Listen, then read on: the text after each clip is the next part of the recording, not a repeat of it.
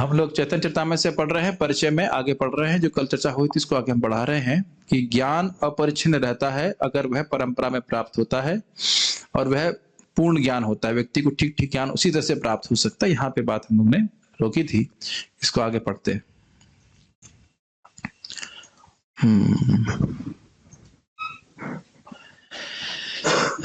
श्रीमद् भागवत में कहा गया है कि परम सत्य भगवान कृष्ण ने ब्रह्मा के हृदय में दिव्य ज्ञान स्थानांतरित किया। हृदय से होकर ज्ञान प्राप्त करने की यह एक विधि हुई। इस प्रकार ज्ञान प्राप्त करने की दो विधियां हैं।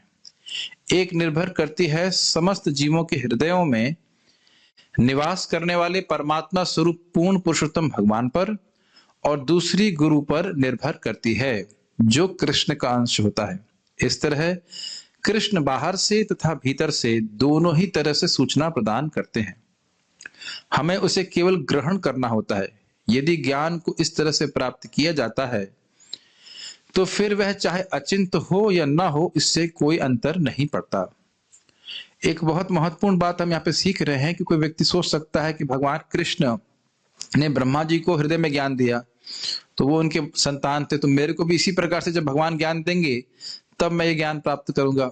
अब इसी आर्गुमेंट को पकड़ लेते हैं कुछ लोग ऐसा कहते हैं कि हम कृष्ण को सीधे गुरु मानेंगे, कृष्ण हमारे परम पिता परमेश्वर हमारे हृदय में हैं और उन्हीं को हम गुरु मानते हैं। अब उन्हीं के आर्गुमेंट को ले लीजिए। ये कैसे मालूम चला कि कृष्ण भगवान है?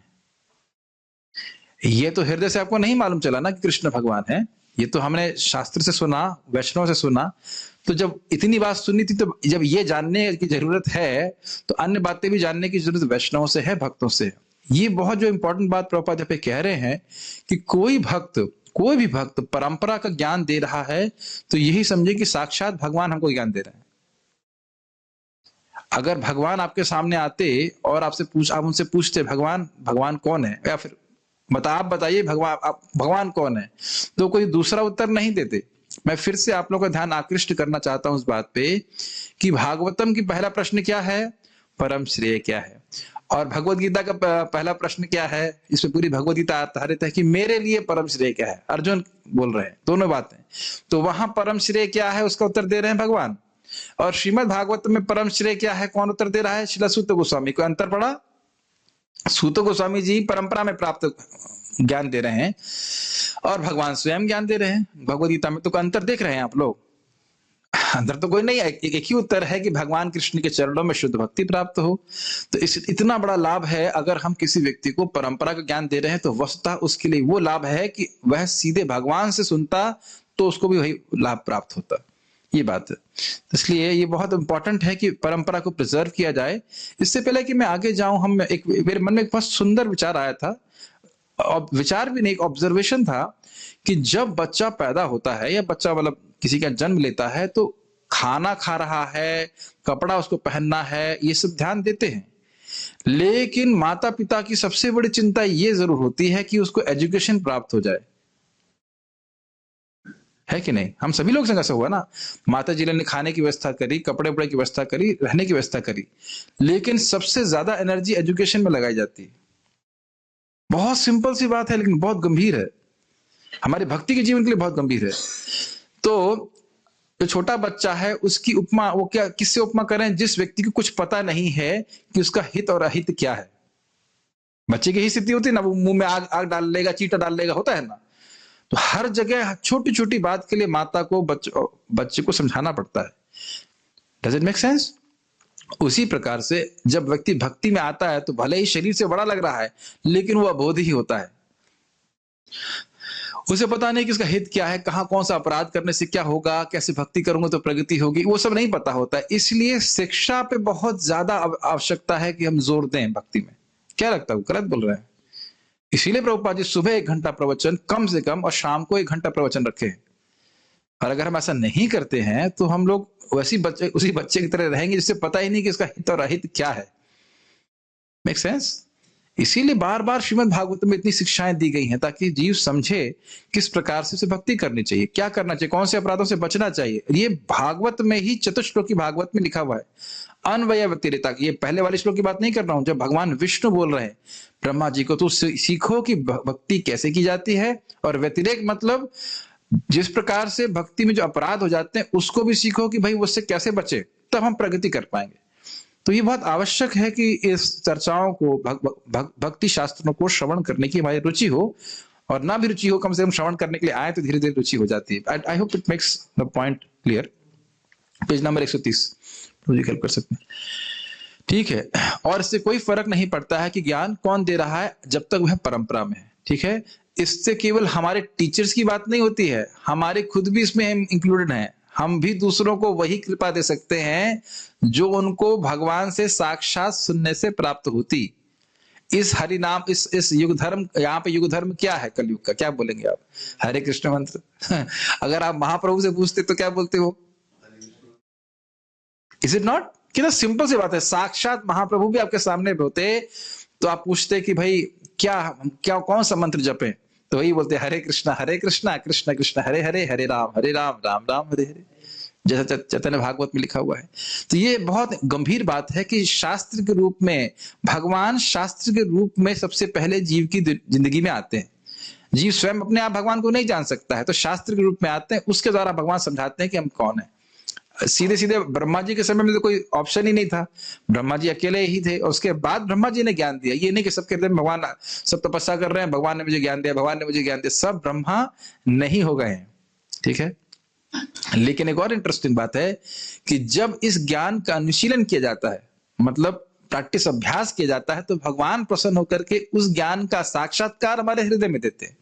तेषामेवानुकंपार्थम अहम अज्ञानजम तमह नाश्यामि आत्मभावस्तो ज्ञान दीपिन भास्वता। उनके हृदय में रहते हुए भगवद गीता में बताते हैं 10.11 कि जो भगवान के बारे में कथन श्रवण करते रहते हैं, बड़े प्रसन्न होते हैं भक्त। तो कथन श्रवण कैसे होगा, श्रवण कीर्तन कैसे होगा? शास्त्र के आधार पे होगा, तब तो भगवान प्रसन्न होंगे। तो कह रहे हैं भगवान की जब श्रवण कीर्तन कर रहे हैं भक्त बाहर से, उनको बड़ा सुख मिल रहा है, लेकिन हृदय में भगवान सारे अज्ञान को नष्ट कर दे रहे हैं। भगवान को जो ज्ञान नहीं है, अपने स्वरूप का अवबोध है, वह सब भगवान नष्ट करते रहे। समझ रहे हैं ना मेरी बात? यस। श्रीमद, इसीलिए प्रभुपाद जी कहते हैं, as soon as you get an opportunity to hear about Krishna, you should grab it। जैसे ही कृष्ण के बारे में श्रवण करने का मौका मिले, उसे हमें पकड़ लेना चाहिए। श्रीमद् भागवत में वैकुंठ लोकों के विषय में पर्याप्त सूचना दी हुई है जो भौतिक ब्रह्मांड से परे हैं। इसी प्रकार चैतन्य चरितामृत में भी प्रचुर परिमाण में अचिंत्य सूचना दी गई है। एक छोटी सी अचिंत्य सूचना आपको देते हैं, वैसे तो आप पढ़ेंगे आगे। भगवान कृष्ण के ऐश्वर्य और माधुर्य के बारे में महाप्रभु वर्णन कर रहे हैं कि एक एक ग्वाल बाल के पास 1 अर्बुद, जहां तक मैं गलत नहीं बोल रहा हूं, अगर तो स्मृति से बोल रहा हूं, 1 अरब, मोटा मोटी 1 अरब क्या कहेंगे, बछड़े होते हैं। और ऐसे असंख्य ग्वाल बाल हैं, और सब कृष्ण, और ये सब ब्रज में है। 84 कोस में इतने सारे, तो हम लोग आश्चर्य कर सकते हैं, इतने सारे, तो फिर तो बस खाली गाय और बछड़े दिखते होंगे और तो कोई दिखता नहीं होगा। लेकिन यही बात अचिंत्य है। समझ रहे ना मेरी बात? वहां पढ़ेंगे तो आश्चर्यचकित हो जाएंगे। बहुत जगह बहुत सारी उसमें अचिंत्य बातें आई हैं, तो वहां पे हम श्रवण कर करके समझेंगे इस बात को। प्रयोगात्मक ज्ञान के द्वारा इस सूचना को प्राप्त करने की चेष्टा संभव नहीं है। प्रयोग नहीं कर सकते। इस ज्ञान को मात्र स्वीकार करना होगा। वैदिक विधि के अनुसार शब्द अर्थात दिव्य ध्वनि को प्रमाण के रूप में स्वीकार किया जाता है। वैदिक ज्ञान में शब्द अत्यंत महत्वपूर्ण है, क्योंकि यदि वह शुद्ध है तो इसे प्रामाणिक माना जाता है। शुद्ध का अर्थ समझ ही गए होंगे, परंपरा में प्राप्त है, इसमें कोई परिवर्तन नहीं किया गया। कृष्ण भगवान है, रुद्र प्रभु आप क्या बोलेंगे? कृष्ण भगवान है। आपके डिसाइपल हो गए उद्धव द्वारकाधीश प्रभु, आप क्या बोलेंगे? आपके डिसाइपल हो गए गौर गोपाल प्रभु, आप क्या बोलेंगे? आपके डिसाइपल हो गए मेरी माता जी आप क्या बोलेंगी? कृष्ण भगवान है। सिंपल।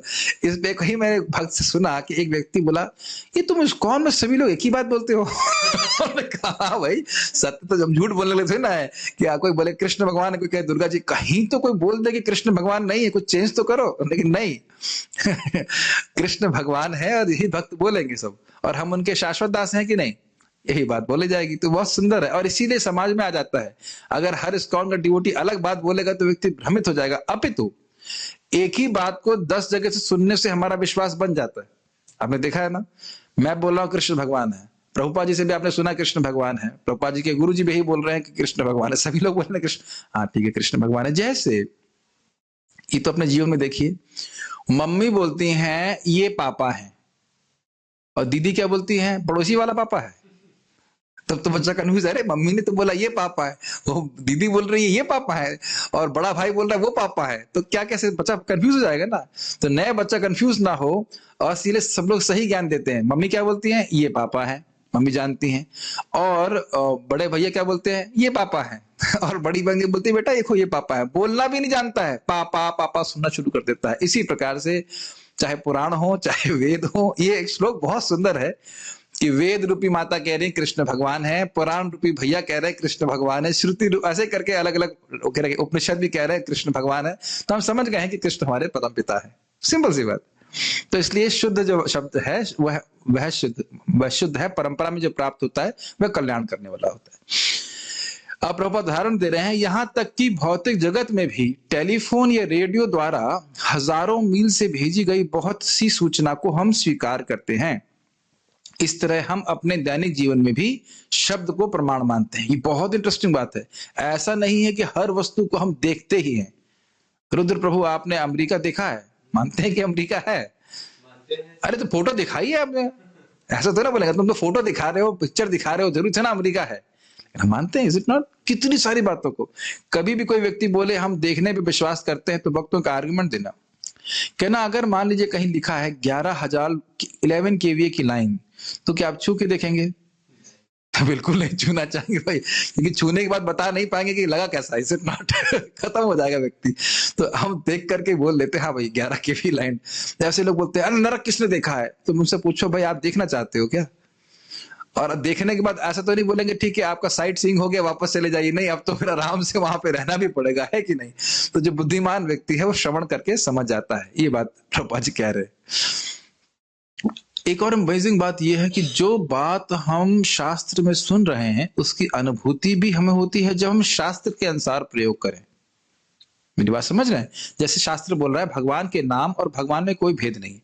अब आप इसको तर्क से नहीं समझ सकते, लेकिन नाम जब करेंगे, भगवान का प्रसाद ग्रहण करेंगे, तो फिर भगवान की कृपा से वो ज्ञान हृदय में उदित होगा।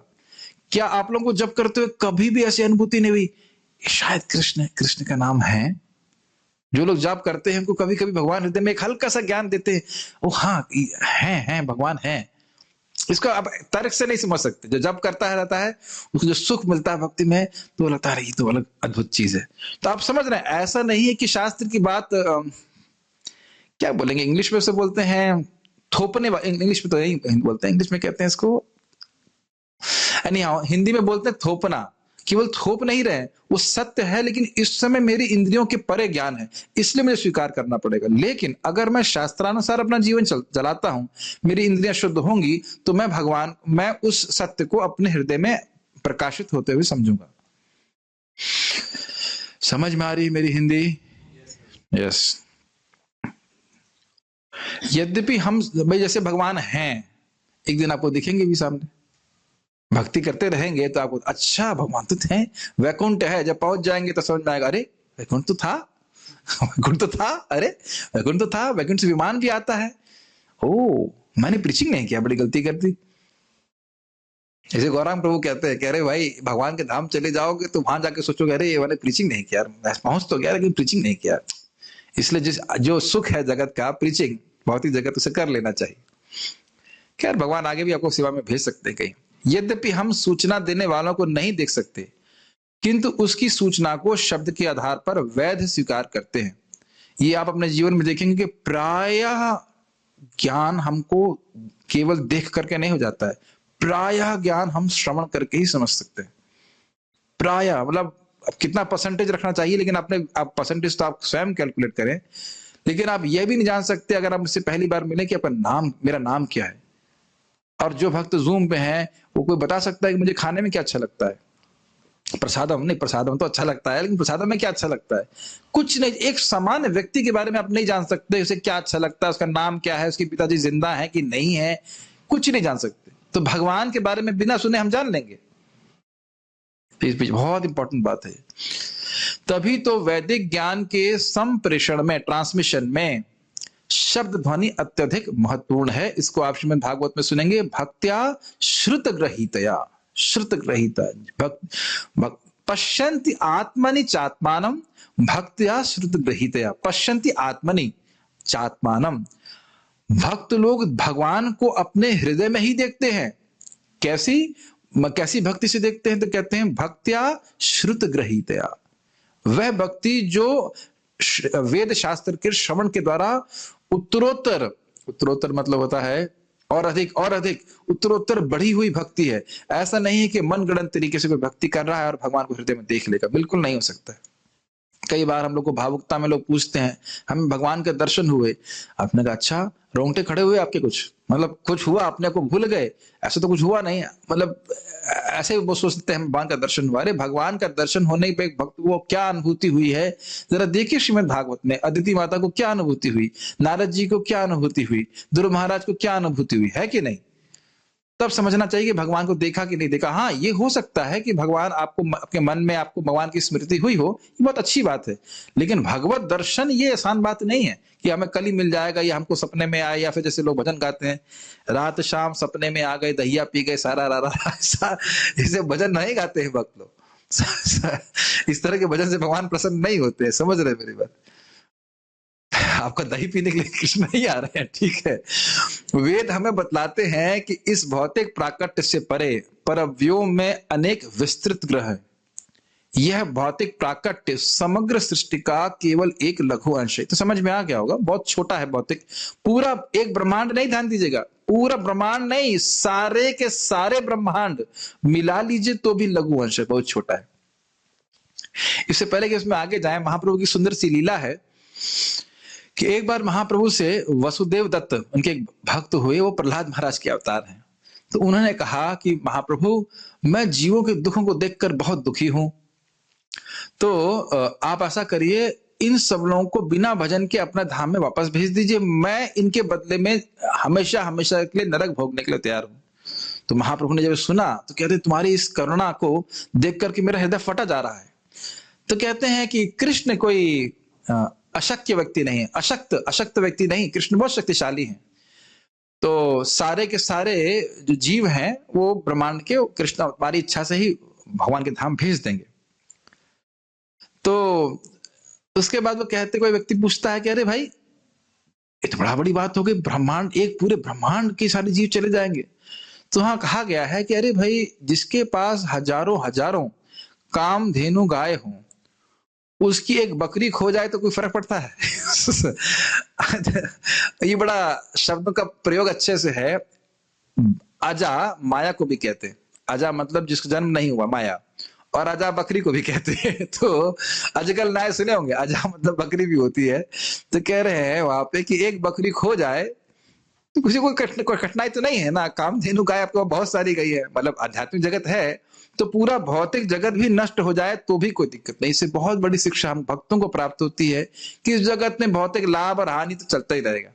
इससे अभिभूत होकर, अभिभूत का मतलब होता है दब जाना, हार जाना, समझते इसका अर्थ? दब जाना तो खत्म, एकदम अरे डिप्रेस हो जाना, ऐसा नहीं। अभिभूत होकर के अपनी भक्ति नहीं छोड़नी चाहिए। श्रील प्रभुपाद जी ने एक डस्टबिन देखा था अमेरिका में, बहुत बड़ा डस्टबिन, और बोले पूरे भौतिक जगत को उस डस्टबिन में डाल देना चाहिए। इस प्रकार से भक्त लोग निरासक्त रहते हैं इस जगत से, अद्भुत है। हम खाली आपको बात कर रहे थे इस बात पे कि बहुत लघु है, भगवान ध्यान ही नहीं देते भौतिक जगत पे, कोई उनके लिए कोई खास वैल्यू नहीं है। जिसके पास बहुत सारी कामधेनु गाय हो, वो बकरी का ध्यान नहीं रखता है। इस भौतिक, एक और एग्जाम्पल दिया जाता है, एग्जाम्पल की बात बोली जाती है कि शेषनाग भगवान है ना, भगवान शेषनाग है, उनके मस्तकों पर बहुत सारे मस्तक हैं, उस पर ब्रह्मांड रखे हुए हैं और उनको याद ही नहीं रहता कहाँ रखे हुए हैं, इतने बड़े हैं शेषनाग जी। पूरा ब्रह्मांड एक सरसों के दाने के बराबर है। अभी सारी बातें हम प्रयोग से नहीं सिद्ध कर सकते हैं, ये श्रवण के द्वारा ही स्वीकार करना होगा। और उस सरसों के दाने में हम कहाँ हैं, उसकी तो कोई गणना ही नहीं है।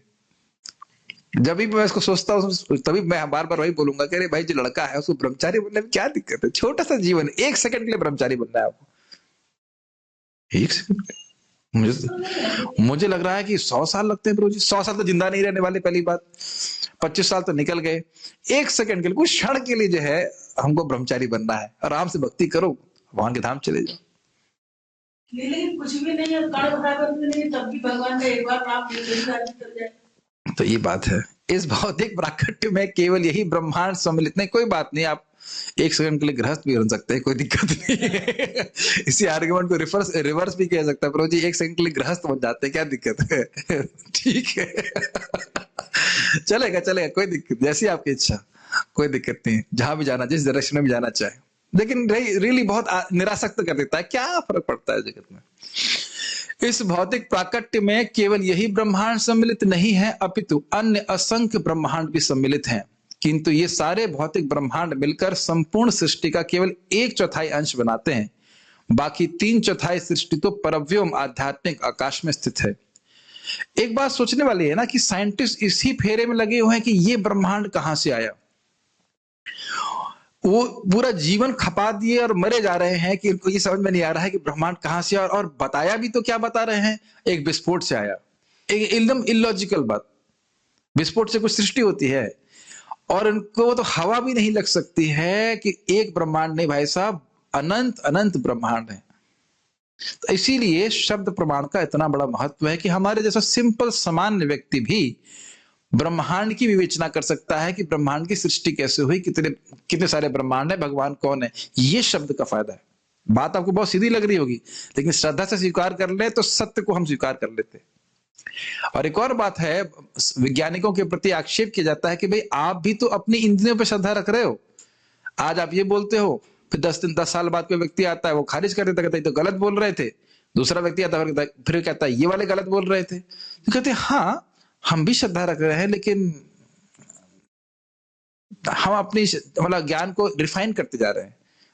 अब मैं कहूंगा ज्ञान नहीं, उसके आगे अज्ञान को रिफाइन करते हैं। आईआईटी में मुझे बता रहे थे कि एक व्यक्ति पीएचडी इसलिए करता है या कैसे करता है कि पिछले वाले ने जो थीसिस करी उसे काट दे, फिर अगला वाला पीएचडी करता है ताकि जो पिछले वाले ने थीसिस करी उसे काट दे। यही पीएचडी होती है, परमानेंट हेड डैमेज, है ना। पागल लोग हैं और इस प्रकार से पीएचडी है, ये है वो इत्यादि, कुछ भी नहीं पता है। प्लीज ध्यान रखिएगा, कई बार लोग बोलेंगे अरे पढ़े लिखे होकर के तुम भक्ति कर रहे हो। ये समझिए कि जो वैज्ञानिक है वो हमारी ही तरह पूरी तरह अज्ञान में है। हम सोचते हैं वो बहुत जानता है, उससे पूछो कि वो जानता है कि वो है कौन। जब वो यही नहीं जानता है कि वो है कौन, तो हमें क्या ज्ञान देगा, जरा बताइए। किसी भी टीचर को, किसी भी लीडर को पहले ये तो पूछे कि वो है कौन। सिद्धांतता भी नहीं उसे पता है कि वो है कौन, तो क्या ज्ञान बताएगा। पागल होता है ना, जैसे पागल को पता नहीं होता वो क्या बोल रहा है, क्या कर रहा है।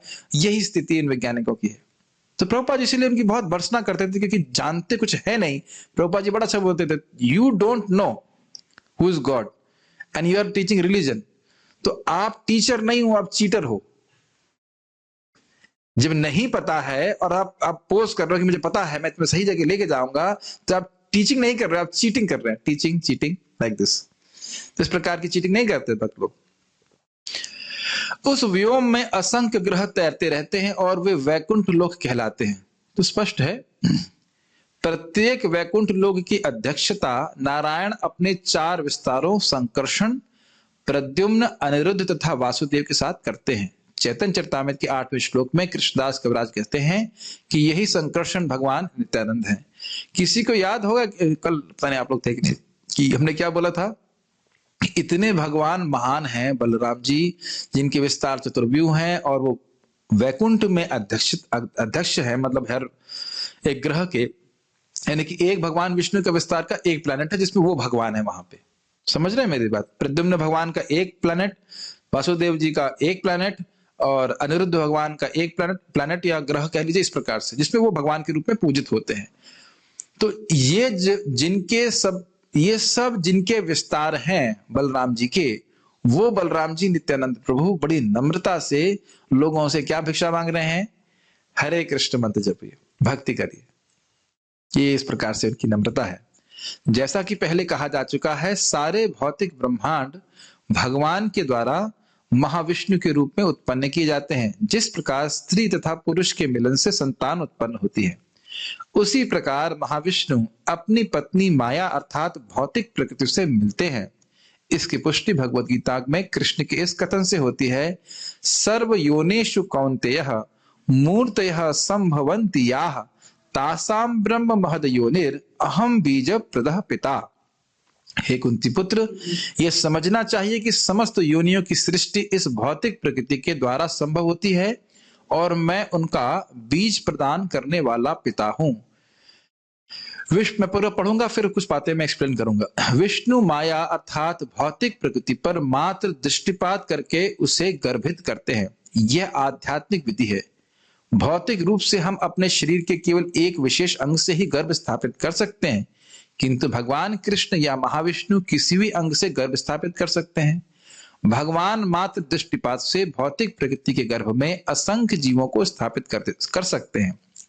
ब्रह्म संहिता से पुष्टि होती है कि भगवान का आध्यात्मिक शरीर इतना शक्तिशाली है कि उनके शरीर का कोई भी अंग अन्य किसी भी अंग का कार्य संपन्न कर सकता है। हम केवल अपने हाथों से या त्वचा से ही स्पर्श कर सकते हैं, किंतु कृष्ण दृष्टिपात द्वारा भी स्पर्श कर सकते हैं। हम केवल अपनी आंखों से ही देख सकते हैं, हम उनसे स्पर्श नहीं कर सकते या सुगंध नहीं ले सकते, किंतु कृष्ण अपनी आंखों से सूंघ सकते हैं और खा भी सकते हैं। जब हम कृष्ण को भोजन अर्पित करते हैं तो हम उन्हें खाते हुए नहीं देखते, किंतु वे केवल भोजन पर दृष्टिपात करके खा लेते हैं। हम कल्पना ही नहीं कर सकते कि आध्यात्मिक जगत में जहां हर वस्तु आध्यात्मिक है, वस्तुएं किस प्रकार से कार्य करती हैं। ऐसा नहीं है कि कृष्ण खाते नहीं हैं या हम कोरी कल्पना करते हैं कि वे खाते हैं। वे सचमुच खाते हैं, किंतु उनके खाने की क्रिया हमसे भिन्न होती है। जब हम पूर्ण रूप से आध्यात्मिक स्तर पर होंगे तब हमारा और उनका खाना एक समान होगा। उस स्तर पर शरीर का प्रत्येक भाग अन्य किसी भी भाग का कार्य कर सकेगा। तब यहाँ पे आपने क्या बातें सीखी हैं? देखिए, एक इंपॉर्टेंट बात ये सीख रहे हैं। पहली बात ये है कि कुछ लोग सोचते हैं कि प्रकृति ही भगवान है, प्रकृति ही सृष्टि कर रही है। क्या ऐसा हो सकता है? ऐसा नहीं हो सकता। जैसे आप कहें कि ये माइक बोल रहा है, माइक नहीं बोल रहा है, मैं बोल रहा हूं, माइक के द्वारा ये ध्वनि संप्रेषित हो रही है, ट्रांसमिट हो रही है। Does it make sense? क्या माइक कभी बोल सकता है? माइक कभी नहीं बोल सकता। अच्छा, एक बात ये और इसको प्रभुपाद जी अन्यत्र एक जगह उदाहरण देते हैं कि मान लीजिए चावल का ढेर है, ठीक है, और चावल के ढेर से आप कुछ बेबी बिच्छू बाहर निकलते हुए देखें, बिच्छू एंड बेबी बिच्छू, छोटे वाले बिच्छू बाहर निकलते हुए देखें, तो क्या हम ये कहेंगे कि चावल के ढेर से बिच्छुओं का जन्म हुआ? नहीं। भले ही हम ये देख रहे हैं कि बिच्छू, हम बड़े मादा बिच्छू को और पापा बिच्छू को नहीं देख रहे हैं, लेकिन बेबी बिच्छू को देख करके आप ये नहीं सोच सकते हो कि चावल से बेबी बिच्छू आया है। Does it make sense? तो इस जगत में हम सृष्टि होते हुए देखते हैं और भगवान की इच्छा मात्र सब कुछ हो रहा है। इसलिए लोग सोचने लगते हैं कि प्रकृति कर रही है, प्रकृति कर रही है। महाराज पे बहुत गुस्सा होते हैं, कहते हैं प्रकृति तुम्हारी नानी है, प्रकृति तुम्हारी नानी है जो कर रही है सब कुछ। जानते हो कौन है? प्रकृति जड़ है, उस पर जब भगवान अपनी शक्ति का दृष्टिपात करते हैं, दृष्टिपात में क्या क्या होता है? जीवात्माएं और काल शक्ति। जब इसके द्वारा भगवान प्रधान पे शोभ करते हैं, प्रधान मतलब रजोगुण, तमोगुण और सतोगुण की साम्य अवस्था। मेरी हिंदी सभी भक्तों को समझ में आ रही है, उम्मीद करता हूं। अव्यक्त अवस्था को भी प्रधान कहते हैं। उसमें कुछ सृष्टि नहीं होती, उसमें कोई कार्य कारण का संबंध नहीं होता। जैसे इस जगत में हर वस्तु का कार्य कारण का संबंध है। जैसे यहाँ पे आप देख सकते हो कि एक मैट रखी हुई है जिसपे आप लोग बैठे हुए हैं, तो इसके ये कार्य है कि नहीं, इफेक्ट है कि नहीं? इसके पीछे कारण क्या है? एक दर्जी है, इसमें गद्दा है, इसमें कपड़ा इत्यादि है कि नहीं? तो इसमें कौन कौन से कारण देख रहे हैं? उपादान कारण देख रहे हैं, गद्दा इत्यादि, और निमित्त कारण देख रहे हैं, मशीन जिससे बना है, और कर्ता कारण भी देख रहे हैं। प्रभु जी छोड़ दो ना, ये तो आपने पढ़ा चुके भागवत में, तो क्या सब याद हो गया है? नहीं, याद नहीं हुआ है। उपादान कारण है, किसी वस्तु को देखेंगे तो किसी भी कार्य को देखेंगे तो उपादान कारण, निमित्त कारण, कर्ता कारण होना चाहिए। तो इस जगत को हम देखते हैं तो इस जगत का उपादान कारण क्या है? अरे क्या था उपादान कारण? क्या था बताओ? उपादान कारण, उपादान कारण उपादान कारण है प्रधान। सारी सी वस्तुएं वहीं से आई हैं। निमित्त कारण क्या है? कारण पहली बार सुन रहे हैं इसको तो। काल, ठीक है। और कर्ता कारण कौन है? भगवान। अब समझ में आ गया होगा, तो ये बात है। अब प्रभुपाद बड़ी इंटरेस्टिंग बात बोली, बड़ी इंटरेस्टिंग है भगवान की सारी इंद्रियां उनके हर इंद्रिय का कार्य करने में संभव है। अब ये हमारे लिए बहुत प्रेरणादायक है। जब हम मंदिर में भगवान के सामने जाते हैं तो भले ही हमारी ब्राह्मण दीक्षा नहीं हुई है, या हम आरती के लिए वहां पर नहीं खड़े हैं, या भगवान का हम स्पर्श नहीं कर सकते, लेकिन भगवान हमको देख करके ही हमारा स्पर्श कर सकते हैं। ये सुंदर बात है कि नहीं? भले इसका हम अनुभव नहीं कर रहे हैं, लेकिन भगवान देख करके ही अपने भक्तों को प्रणाम कर रहा है, भक्त उनका नाम कीर्तन कर रहा है। तो भगवान का श्रवण करना, उनका देखना, उनका स्पर्श करने में कोई अंतर नहीं है। श्लोक आप जानते होंगे शायद, वृत्ति मानती क्या है श्लोक? आनंद सकलेंद्रिय वृत्ति मानती। भगवान की सारी इंद्रियां अन्य दूसरी इंद्रियों का कार्य करने में संभव है। रोज तो गाते हैं, क्या गाते हैं वो? गोविंद प्रश्न तो याद आता, उससे पहले वाला क्या है? वेणुम नहीं, वेणुम तो अंगानि यस सकलेंद्रिय वृत्ति मानती पश्यन्ति पांति कलयन्ति चिराम जगान्ति। तो भगवान के तत्व को हम अपनी बुद्धि से नहीं समझ सकते हैं। ये अपनी बुद्धि से आइडिया नहीं लगा लेंगे हम कि हाँ भगवान देखते हैं तो अब स्पर्श भी कर लेते हैं, और भगवान का भक्त कुछ बोल रहा है, भगवान इस भोग को ग्रहण कीजिए, तो फिर भगवान उसे खाते हैं। भगवान का सुनना और खाना एक ही बात है। तो प्रभुपाद जी यहाँ बहुत इंपॉर्टेंट बात कह रहे हैं कि इस समय हमको श्रद्धा से, शास्त्रीय श्रद्धा से स्वीकार करना होगा, उसके अनुसार अपना जीवन चलाना होगा, और फिर जब भगवान की कृपा होगी, मतलब हम शुद्ध होंगे, तो हम साक्षात देख पाएंगे कि भगवान किस प्रकार से देख करके भी खा लेते हैं। भक्त के प्रेम में वचन सुन करके भी वह उनका खाना एक ही बात होती है। समझ रहे हैं? क्योंकि एक बार भी मेरे विस्तार बोले, हाँ ये भाव की बात है, अच्छा भाव हो जाता है कि ये प्रसाद है। हमने कहा ये भाव की बात नहीं है, भाव हो या नहीं हो भगवान इसको ग्रहण करते हैं। इससे पहले मैं थोड़ा आगे जाऊं, ये बहुत इंटरेस्टिंग बात है। कभी कभी भक्त लोग भोग लगाते हैं, माता जी लोग भी भोग लगाते हैं, तो सोचते हैं कि हमारा तो कोई प्रेम ही नहीं है भगवान से, हमें तो बोला गया इसलिए हम कर रहे हैं। इसमें बहुत सुंदर बात आचार्य चक्रवर्ती बात कहते हैं इस पे कि भाई जब पूतना ने जहर दे करके मारने की इच्छा से जहर दिया तो कृष्ण ने स्वीकार किया, है ना?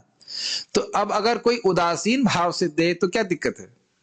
उदासीन समझ रहे हैं, उसका कोई भाव नहीं है, गुरु जी ने बोला है इसलिए दे रहे, भगवान प्रभु जी बोल देते हैं, ठीक है भोग लगाते हैं। अगर उदासीन भाव से दे तो कितना कृष्ण स्वीकार करेंगे? और अगर इस प्रेम से दे कि नहीं कृष्ण को बहुत अच्छा लगेगा, ये बहुत अच्छी वस्तु है, इस कृष्ण सुखी होंगे, फिर तो कहना ही क्या। तो आप देख रहे हैं कि बार बार शास्त्रीय श्रद्धा से जो हमारी इंद्रियां बोल रही हैं वो हम नॉलेज प्रोसेस उस तरह से नहीं करते हैं। हमारा ज्ञान का प्रोसेस का तरीका यह है कि शास्त्र में क्या लिखा है। मैं फिर से रिपीट कर रहा हूं, हम अपनी इंद्रियों से सेवा तो कर रहे हैं, लेकिन हम अपनी इंद्रियों का विश्वास नहीं करते। प्लीज इस बात को समझने का प्रयास कीजिए, बहुत ही सूक्ष्म बात है। हम भगवान की सेवा अपनी इंद्रियों से तो कर रहे हैं, लेकिन इंद्रियां जो इन्फॉर्मेशन दे रही है उस पर हम विश्वास नहीं कर सकते। इंद्रियां बोल रही है तो मूर्ति है ना, मूर्ति नहीं भगवान है। अरे ये तो नाम है ना, नाम नहीं भगवान है। अरे तो खाना है, खाना नहीं है भगवान है।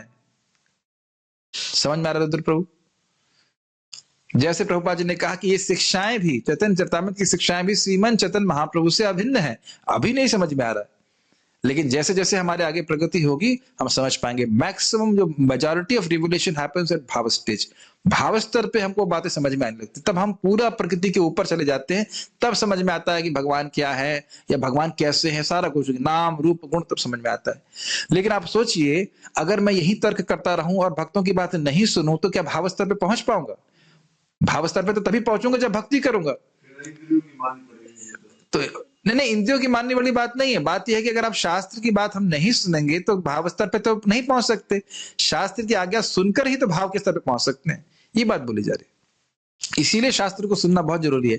एक और बात प्रभुपाद मजाक में कहते हैं, एक जगह प्रवचन में कोई कहेगा, अरे भाई तुमने कभी देखा है कृष्ण खाना स्वीकार कर रहे हैं? भाई रोटी कभी कुछ कम हुई है क्या? तो प्रभुपाद जी कहते हैं, देखिए भाई साहब, मैं तो मूर्ख व्यक्ति हूं, और भगवान कह रहे हैं कि वो खाते हैं, गुरु महाराज कह रहे हैं कि भगवान खाते हैं, तो आप तो तीसरे व्यक्ति में आपकी बात क्यों मानूं? है कि नहीं? आपकी इंद्रिय भी उतनी अपूर्ण है जितनी मेरी, मैं आपकी बात क्यों मानूं? और इस पे राधा गोविंद महाराज बड़ा विरोध करते हैं, कहते हैं भगवान को जब कोई व्यक्ति अर्पित करता है तो भगवान खाते तो हैं, लेकिन उसको यथावत पूरा रख देते हैं। क्यों? क्योंकि जानते हैं कि अगर 4 रोटी दी है, अगर इसमें से 1 रोटी मैंने ले ली तो ये देगा नहीं आगे से। ये कह रहे ये तो मेरी रोटी कम कर दी है, मैं तो बहुत गरीब आदमी था, 4 में से 1 छोड़ी है और मैं तो फिर अब कैसे खिलाऊंगा, मैं तो सोचा था खुद ही खाऊंगा। इस प्रकार से महाराज वीरेंद्र बोलते, लेकिन कहीं कहीं पे ऐसा करते भी हैं भगवान, जो उच्चतर भक्त हैं उनके संग इस खुद ग्रहण करके भी खा लेते हैं। हाँ, डिपेंडिंग हम कितने उच्चतर भक्त हैं।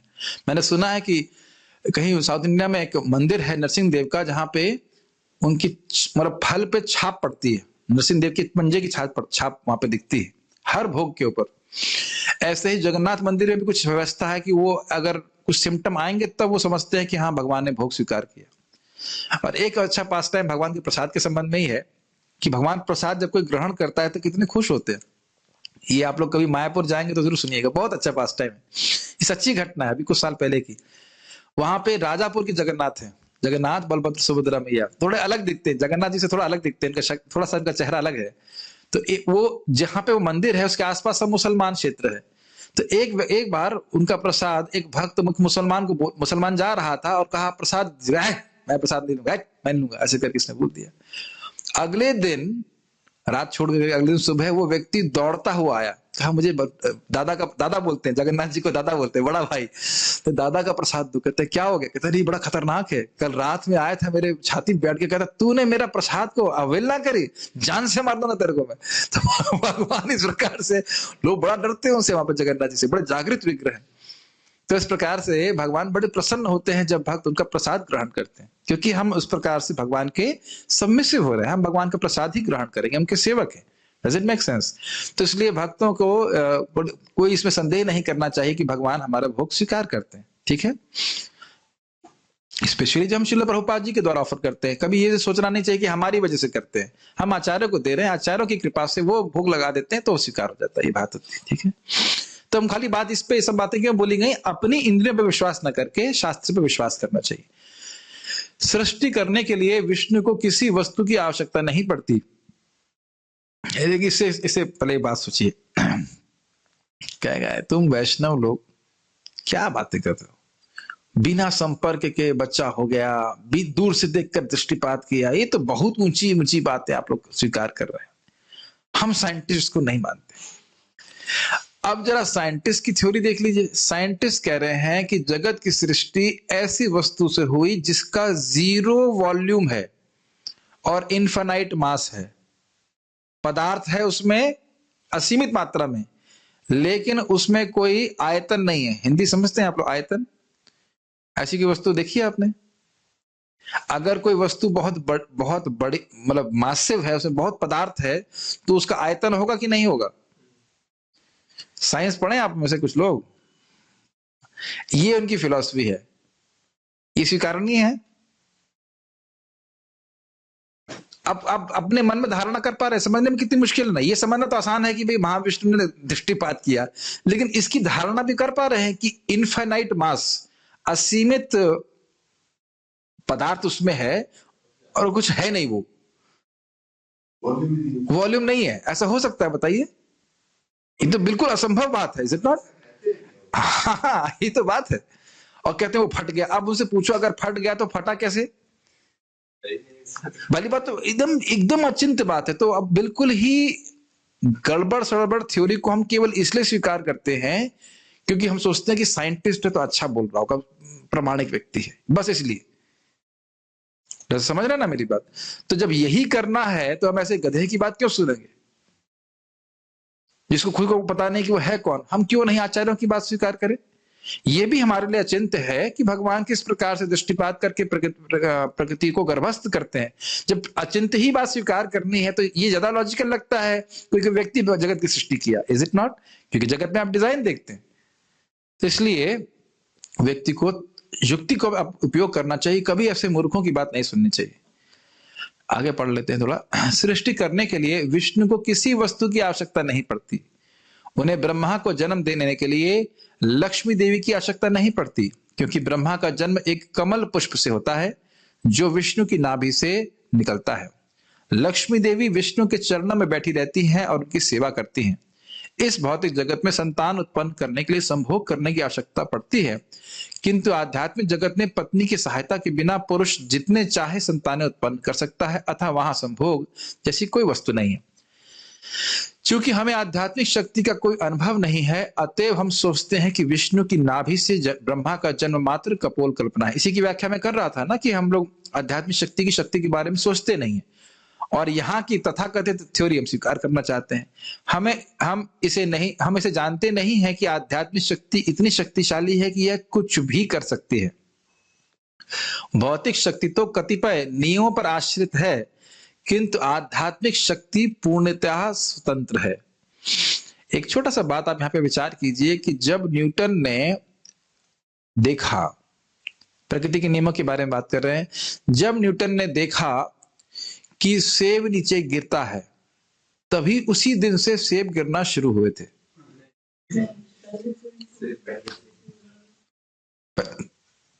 500 साल से पहले जब न्यूटन आए थे, उससे पहले सेब नीचे नहीं गिरते थे। तो कितनी अद्भुत बात है कि लॉ जो है वो न्यूटन का नहीं है, जो साइंस पढ़े हैं तो लॉ है भगवान का, लेकिन भगवान को गायब कर दिया गया। वैसे न्यूटन तो भगवान पर विश्वास करते थे, लॉ तो उसने खाली देखा कि ऐसा हो रहा है लॉ तो बनाने वाला कोई और है, उसके बारे में वो नहीं सोचते। और यही दिक्कत है, ये बहुत बड़ी दिक्कत है।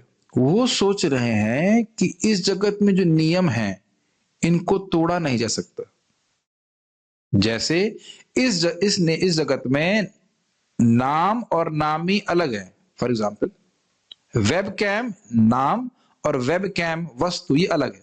इसको आप कभी ऐसा नहीं कर सकते कि एक ही बात, ऐसा है अभी कभी नहीं कर सकते। ये माउस और माउस वस्तु ये अलग अलग वस्तु है, लेकिन ये नियम आध्यात्मिक जगत में लागू नहीं होता, आध्यात्मिक वस्तुओं में लागू नहीं होता। कृष्ण और कृष्ण का नाम अभिन्न है। ये युक्ति समझ पा रहे हैं आप? भगवान का प्रसाद भगवान से अभिन्न है, भगवान का विग्रह भगवान से भिन्न है, भगवान की कथा भगवान से भिन्न है। और इसीलिए हमें एक विशेष प्रकार का सुख मिलता है कृष्ण कथा, कृष्ण नाम, कृष्ण प्रसाद ग्रहण करके, कृष्ण भक्ति करके। भगवान की सेवा भगवान से भिन्न है, भगवान के भक्त भगवान से भिन्न है, भगवान की शक्ति भगवान से अभिन्न है। तो ये जो धारणाएं, भौतिक धारणाएं, इनका आरोपण हम आध्यात्मिक शक्ति पे नहीं कर सकते। ये करना बहुत गड़बड़ हो जाएगा, तो हम समझ नहीं पाएंगे। Make sense? ठीक है, आगे पढ़ते हैं। महाविष्णु के रोमकूपों के भीतर बीजों की तरह असंख्य ब्रह्मांड निवास करते हैं, और जब वे श्वास छोड़ते हैं, यानी कि तब सारे ब्रह्मांड प्रकट होते हैं। भौतिक जगत में हमें ऐसा कोई अनुभव प्राप्त नहीं है, किंतु पसीना आने के विषय में हमें इसके विकृत प्रतिबिंब का अनुभव होता है। ये समझ में आ रहा है? जैसे हम लोग पसीना कभी होता है शरीर से, और जो लोग साफ सुथरे नहीं रहते तो उस पसीने में बहुत सारे कीड़े जन्म लेने लगते हैं।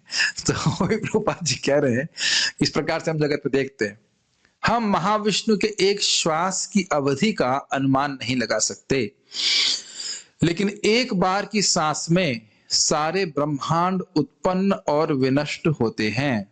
ब्रह्म संहिता में यह कहा गया है, ब्रह्मा जी केवल एक श्वास की अवधि तक जीवित रहते हैं, और हमारे काल माप के अनुसार ब्रह्मा का एक दिन अर्थात 12 घंटे, कितने जीरो हैं, 1 2 3 4 5 6 7 जीरो 32 और 4 वर्षों का होता है, और 4 अरब 32 करोड़ वर्षों का होता है, और ब्रह्मा अपने 100 वर्षों तक जीवित रहते हैं। फिर भी ब्रह्मा का सारा जीवन महाविष्णु की एक श्वास में निहित रहता है। अतएव हमारे लिए महाविष्णु की सांस लेने की शक्ति का अनुमान लगा पाना संभव नहीं है। ये महाविष्णु भगवान नित्यानंद के केवल आंशिक प्राकट्य हैं। इसे चैतन्य चरितामृत के लेखक 9वें श्लोक में वर्णन करते हैं। तब आप ये देख सकते हैं, इससे तो आप समझ ही सकते हैं कि हम लोग कितने महत्वपूर्ण है ना, हमारा जीवन कितना महत्वपूर्ण है, हम कितने महत्वपूर्ण हैं, हमारी आसक्तियां कितनी महत्वपूर्ण है। प्रभु जी मैं तो इतना पतित हूं कि भगवान मेरा उद्धार नहीं कर सकते। अच्छा भैया, आप ही भगवान से बड़े हो गए, आपके पाप भगवान से बड़े हो गए। ऐसा नहीं होता है, कभी भी भक्त को नहीं सोचना चाहिए इस प्रकार से। अद्भुत है ना। और भक्त अपने जीवन में, एटलीस्ट मैं अपने जीवन में हमेशा इस बात को सोचा करके खुश हुआ करता हूं कि इतना सुंदर, अद्भुत, अद्वितीय ज्ञान के हम कम से कम संपर्क में आ रहे हैं, ये कितना बड़ा भाग्य। अगर भगवान के धाम नहीं जाना होता, लिखा नहीं होता कि मैं भगवान के धाम जा रहा हूं, तो ये सब ज्ञान के मैं संपर्क में ही नहीं आ सकता था। और अगर नहीं विश्वास है तो आप लोग तो अन्य अन्य स्थानों में जाके बाहर देखिए, कितने कम लोगों को इस बात, कम छोड़ दीजिए, किसी को नहीं पता इसके बारे में। कम भी बोलना बहुत ज्यादा हो जाएगा। कम का मतलब हो सकता है 2-4 लोगों को पता भी हो, किसी को नहीं पता है कि भगवान का धाम है, नित्यानंद प्रभु कौन है। इस प्रकार से व्यक्ति को समझने का प्रयास करा। इसीलिए रोज खुश होना चाहिए। अरे इतना बढ़िया प्रोसेस मिल गया है, बहुत अच्छा मिल गया, वेरी नाइस। हाँ, ये प्रश्न बना रहेगा कि वाई मी, मुझे क्यों मिल गया, मैंने क्या ऐसा किया था, क्या हुआ कि मुझे प्राप्त हो गया। खुश होना चाहिए भक्ति करने के लिए। वाई ओनली, मुझे क्यों मिला। और जब जितना इस बात पे आप विचार करेंगे उतना ही समझ में आएगा कि हमारे जीवन में सबसे महत्वपूर्ण है लोगों को कृष्ण के बारे में प्रामाणिक रूप से सुनने का मौका देना। ये प्रभुपाद जी बहुत अच्छा लिखे। इस्कॉन में का उद्देश्य है to give people a chance to hear about Krishna. लोगों को मौका दिया जाए कि वो कृष्ण के बारे में श्रवण करें। ये बहुत अच्छा बात लगता है। This is the guiding principle of my life. Krishna के बारे में सुने तो सही, कम से कम संपर्क में तो आए कि हाँ भाई ये कुछ है वस्तु। बहुत सुंदर बात है। इससे पहले कि हम आगे जाएं, कुछ अजीब से प्रश्न आ रहे हैं तो उन प्रश्नों को हमें देखना होगा, उसके बाद आगे पढ़ते हैं। इन्फ्लेशन, बिग बैंग थ्योरी, इस पे भक्त लोग बड़ा अच्छा बोलते हैं। It's not the big bang but the big brain which is behind the universe. बहुत अच्छा तरह से रखते हैं। ब्रह्मा जी का एक दिन 14 मनु, 14 मन एक महीने, क्या बोल रहे हैं ये मुझे सिखा रहे हैं आप? आज का बच्चा मुझे सिखा रहा है, ठीक है। Dinosaurs were there 30 crore years ago. We know from fossils. So what happens at the end of Kali Yuga? Does everything on earth gets destroyed including Jiva? देखिए, कलयुग के अंत में प्रलय नहीं होती है। प्रलय होती है ब्रह्मा जी के दिन में, के अंत में। वो भी आंशिक प्रलय होती है, मतलब पूरा ब्रह्मांड नष्ट नहीं होता है। और साइंटिस्ट जो बोल रहे हैं उस पर आप विश्वास मत करिए। डायनासोर होते थे कि नहीं होते थे, क्या होता था। अच्छा, तो इसलिए उसको आधार लेकर के हम कुछ नहीं स्वीकार करेंगे। वो जो कुछ भी वो बोल रहे हैं, उनकी इंद्रियां पूरी तरह से भ्रमित है। जो कुछ भी हम स्वीकार करेंगे वो शास्त्र पर स्वीकार करेंगे आधार पे। आज तो मेरे ख्याल से 12 बजे तक फास्टिंग है ना, तो 12 बजे तक क्लास कर सकते हैं लोग ना? नहीं, इतना तो नहीं प्रभु जी, आधा घंटा कर सकते हैं एक्स्ट्रा। 12 बजे तक फास्टिंग है। आज भक्ति सिद्धांत ठाकुर जी की प्रसन्नता के लिए हम कर रहे हैं। उन्होंने कहा था कि एक समय आएगा जब लोग इनके एक वक्त, उनका आज तिरुभाव दिवस है, एक बड़ा सुंदर उनका वचन है। कहा कि पूरे जगत में अगर सब कुछ खत्म हो जाए और कहा जाए कि कुछ 3 ग्रंथ ही रखने हैं, तो रखना चाहिए भगवत गीता, भागवतम और चैतन्य चरितामृत। अगर ये बोला जाए कि नहीं भाई 2 ही रख सकते हैं, तो कहने भागवत और चैतन्य चरितामृत। और कहा जाए कि अगर एक ही रखने के लिए बोला जाए तो कहे चैतन्य चरितामृत। तो इतना वो है, उनको प्रिय था चैतन्य चरितामृत। और बोले कि एक समय आएगा जब लोग बंगाली सीखेंगे चैतन्य चरितामृत का आस्वादन करने के लिए। प्रभुपाद की बड़ी कृपा है कि प्रभुपाद जी ने उसको भी मतलब ऐसे लिखवा दिया है कि आप हिंदी में बोल सकते हैं। आगे जब उसके प्यारे पढ़ेंगे तो आप उसको समझ सकते हैं। तो जिन लोगों को भूख लग रही है बेचारे, वो पानी पी सकते हैं, पानी वो कुछ खा भी नहीं सकते। यस। और आधे घंटे हम थोड़ा और चर्चा करेंगे चैतन्य चरितामृत के ऊपर, ठीक है। कोई जिसको सोना है वो गद्दियां लगी यहाँ पे सो सकता है, ठीक है। और अपना वीडियो ऑफ करके आप सो सकते हैं, लेकिन हम प्रवचन करेंगे 10वें तथा 11वें। मैं उत्साहित हूँ इसको उस पे आने के लिए, मतलब श्लोकों पे आने के लिए, क्योंकि प्रभुपाद यहाँ पे बहुत शॉर्ट में बोल रहे हैं, वहां खूब अच्छे से चर्चा करने का और मौका मिलेगा। फिर भी एटलीस्ट एक ओवरव्यू मिल रहा है। 10वें तथा, अब एक चीज आप देख रहे हैं, एक एक तत्व आपको बिल्कुल क्लियर हो रहा है। राधा रानी कौन है, कृष्ण कौन है, नित्यानंद कौन है, अद्वैताचार्य जी कौन है। एक एक श्लोक से एक एक आपको पूरा तत्व क्लियर हो जाएगा। कहीं तत्व की गड़बड़ नहीं बनेगी, कहीं तात्विक पतन नहीं हो सकता, एकदम स्पष्ट है। प्रभुपाद जी कह रहे हैं, हम प्रत्यक्ष रूप से देख रहे हैं कि अगर इन 14 श्लोकों को हम ठीक से समझ लें तो कोई तात्विक मतलब पतन नहीं होगा। बाकी कुछ भी हो जाए, लेकिन ये गड़बड़ नहीं होगी कि कौन कृष्ण है, कौन राधा रानी कौन है, ये सब गड़बड़ कभी नहीं होगी। 10वें तथा 11वें श्लोक में कृष्णदास कविराज वर्णन करते हैं कि गर्भोदकशाय विष्णु और क्षीरोदकशाय विष्णु क्रमशः महाविष्णु के स्वांश विस्तार हैं। ये आप जानते ही हो। महाविष्णु से बाद महाविष्णु के शरीर से निकलने वाले ब्रह्मांडों में भगवान अपने आप को गर्भोदकशाय विष्णु के रूप में विस्तारित करते हैं। ब्रह्मांड के गर्भ, उदक मतलब जल, ब्रह्मांड के गर्भ के जल में शयन करने वाले विष्णु को गर्भोदकशाय विष्णु कहा जाता है। और क्षीरोदकशायी विष्णु, यही गर्भोदकशायी विष्णु अपने आप को परमात्मा के रूप में विस्तारित करते हैं और ब्रह्मांड में एक स्थान है क्षीर सागर, अर्थात क्षीर नहीं, क्षीर सागर, इसका अर्थ हुआ दूध का सागर, जहां हमारे गौशाला के ब्रह्मचारी जरूर जानना चाहेंगे जो दूध के लिए झगड़ते रहते हैं, दूध नहीं मिला दूध नहीं मिला। हमने कह रहे भाई थोड़ा सहन कर लो, गोलोक चले जाना, वहां दूध ही दूध है, कोई चिंता नहीं है, या क्षीर सागर पहुंच जाओ, वहां नहाते रहना दूध में, कोई दिक्कत नहीं है। तो कह रहे वहां पे क्षीरोदकशायी विष्णु क्रमशः महाविष्णु के स्वांश अवतार है। समझ में आ रहा है? तो वही परमात्मा है। ब्रह्मा जी गर्भोदकशायी विष्णु की नाभि से उत्पन्न कमल से प्रकट होते हैं, सब इस बात को जानते हैं, और उस कमल की नाल के भीतर अनेक ग्रह मंडल विद्यमान है। ये थोड़ा समझिए, शायद नहीं पता होगा, फोटो तो मैं अभी नहीं दिखा रहा हूं, लेकिन आप लोग इस बात को जानते हैं या शायद नहीं जानते।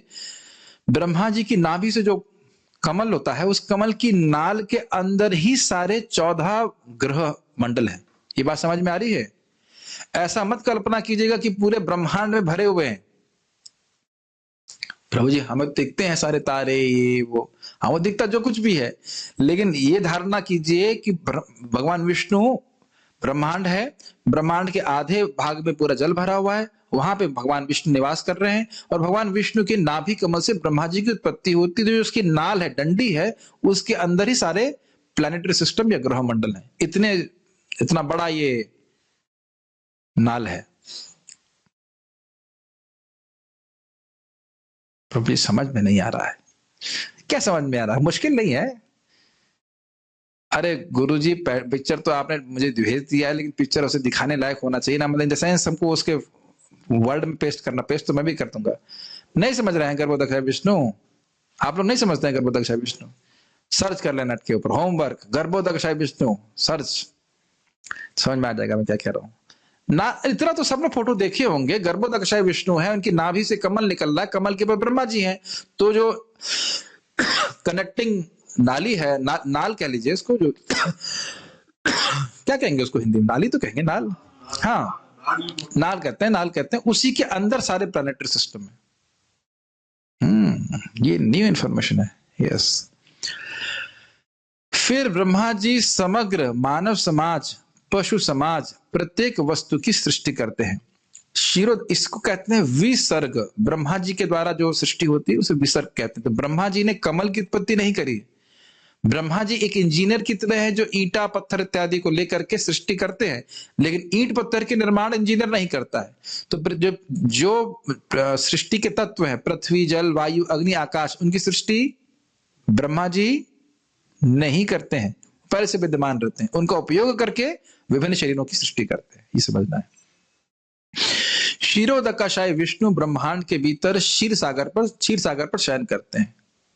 इस ब्रह्मांड के वे नियंता तथा पालक हैं। कभी कभी भक्तों से विनोद में बोलता हूं, भाई यहाँ दूध की कमी है तो ऐसा करते हैं, एक पाइपलाइन भिजवा देते हैं क्षीर सागर से, वहीं से आ जाएगी सीधे लाइन, एकदम बढ़िया दूध, और कोई दिक्कत नहीं होगी। देखिए यही बात ध्यान रखना चाहिए। अगर बहुत खाने पीने की इच्छा है तो गोलोक में जाके खाओ पियो, कोई दिक्कत नहीं, कोई झगड़ा नहीं। जितना फल चाहिए खाने को मिलेगा, जितना दूध चाहिए, रसगुल्ला, पेड़ा, पकौड़ा, ऐसे कोई प्रचार करेगा नहीं। लेकिन मैं बोल रहा हूं कि यहाँ चिंता मत करिए कि क्या मिला क्या नहीं मिला। यहाँ ठाकुर जी की कृपा से जो मिल जाए उसमें सुखी हो जाओ। गोलोक में सारी इच्छाएं पूर्ण हो जाएंगी। जो खाना चाहते हो, पीना चाहते हो, जो चाहे वो मिलेगा। Not a bad idea bro ji, idea तो अच्छा है, और काम भी नहीं करना पड़ेगा। केवल कृष्ण के संग आनंद लेते रहिए, ठीक है। मनोहर लड्डू खाने को मिलेंगे वहां पे, यहाँ मिले या ना मिले, गो फॉरवर्ड। इस तरह से प्रीचिंग नहीं होती है, तो खाली मैं विनोद के लिए बोल रहा था। गोलोक हम खाने के लिए नहीं जा रहे, गोलोक हम कृष्ण के लिए जा रहे। इस तरह ब्रह्मा सृष्टा है, विष्णु पालक हैं, और जब प्रलय काल आता है तब शिव सब कुछ समाप्त कर देते हैं। स्पष्ट है। इस प्रकार चैतन्य चरितामृत के पहले 11 श्लोकों में कृष्णदास कविराज गोस्वामी ने चैतन्य महाप्रभु की विवेचना साक्षात पूर्ण पुरुषोत्तम भगवान श्री कृष्ण के रूप में और भगवान नित्यानंद की बलराम के रूप में की है, जो कृष्ण के प्रथम विस्तार है। इसके बाद 12वें और 13वें श्लोकों में उन्होंने चैतन्य महाप्रभु के अन्य प्रधान पार्षद अद्वैताचार्य का वर्णन किया है, जो महाविष्णु के अवतार हैं। इस प्रकार अद्वैताचार्य भी भगवान हैं, या यूं कहें कि भगवान के विस्तार हैं। अद्वैत शब्द का अर्थ है द्वैत रहित, और उनका नाम ऐसा है क्योंकि वे भगवान से अभिन्न हैं। वे आचार्य भी कहलाते हैं क्योंकि उन्होंने कृष्ण भावनामृत का प्रसार किया। इस प्रकार वे चैतन्य महाप्रभु ही तरह हैं, यद्यपि भगवान चैतन्य स्वयं श्री कृष्ण हैं, किंतु वे समान जनों को कृष्ण से प्रेम करने की विधि बतलाने के लिए भक्त रूप में प्रकट हुए। इसी प्रकार यद्यपि अद्वैताचार्य भगवान हैं, फिर भी वे कृष्ण भावनामृत का ज्ञान वितरित करने के लिए प्रकट हुए। इस प्रकार वे भी भगवान हैं जो भक्त के रूप में अवतरित हुए। तो ये समझ में आ रहा है आपको बात? तीन विष्णु तत्व हैं।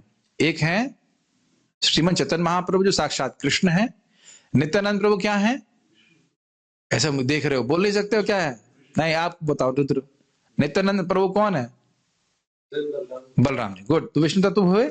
और उसके बाद अद्वैताचार्य जी कौन है? एक मिनट, उद्धव प्रभु। विष्णु विष्णु विष्णु महाविष्णु, महाविष्णु के अवतार हैं।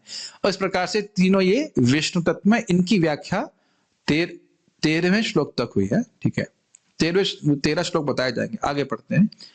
भगवान चैतन्य की लीलाओं में कृष्ण 5 विभिन्न अंशों में प्रकट होते हैं, जिन्हें पंच तत्व कहते हैं, जिन्हें श्रील कृष्णदास कविराज गोस्वामी चैतन्य चरितामृत के 14वें श्लोक में नमस्कार करते हैं। कृष्ण तथा उनके सारे पार्षद भगवत भक्तों के रूप में प्रकट होते हैं। श्री कृष्ण चैतन्य, नित्यानंद प्रभु, श्री अद्वैताचार्य, श्री गदाधर प्रभु तथा श्रीवास प्रभु। श्री गदाधर प्रभु कौन है? श्रीमती राधा रानी। गुड। यानी भगवान की शक्ति तत्व। और श्रीवास प्रभु कौन है? नारद जी। तो वह नारद जी सारे जीवों का प्रतिनिधित्व करते हैं।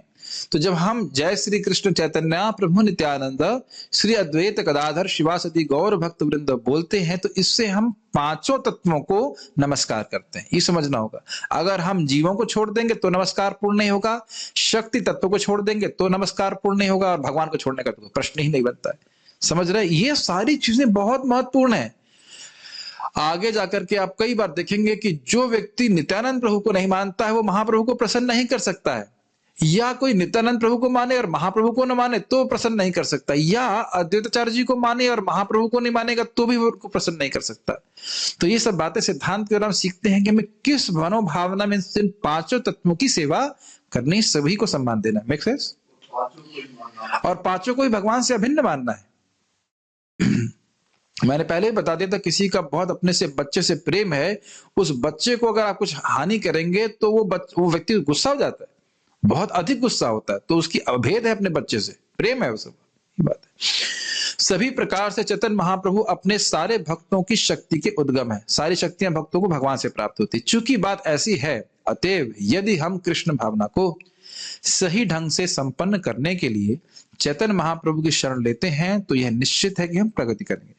तो ये सही तरह से शरण लेने का मतलब है पांचों तत्वों को समझ करके पांचों को ठीक ठीक प्रकार से सब में सम्मान देना चाहिए। नरोत्तम दास ठाकुर के गीत में कहा गया है, हे भगवान चैतन्य, मुझ पर कृपा करें, आपके समान दयालु दूसरा कोई नहीं है। मेरी ये याचना अत्यंत अविलंबनीय है, क्योंकि आपका ध्येय है पतित आत्माओं का उद्धार करना, और मुझसे बढ़कर अधिक पतित अन्य कोई नहीं है। इसलिए मैं आपसे प्राथमिकता के आधार पर कृपा की याचना कर रहा हूं। एक इंटरेस्टिंग बात है कि भक्त लोग बड़ी सुंदर प्रार्थना करते हैं। एक बंगला में एक प्यार है ना, बंगला में एक कथावत है ना, कि एक सॉन्ग है ना कि पतित पावन नाम किसेर लागिया, क्या है? यदि दया न करिबे पतित देखिया, पतित पावन नाम किसेर लागिया, है ना।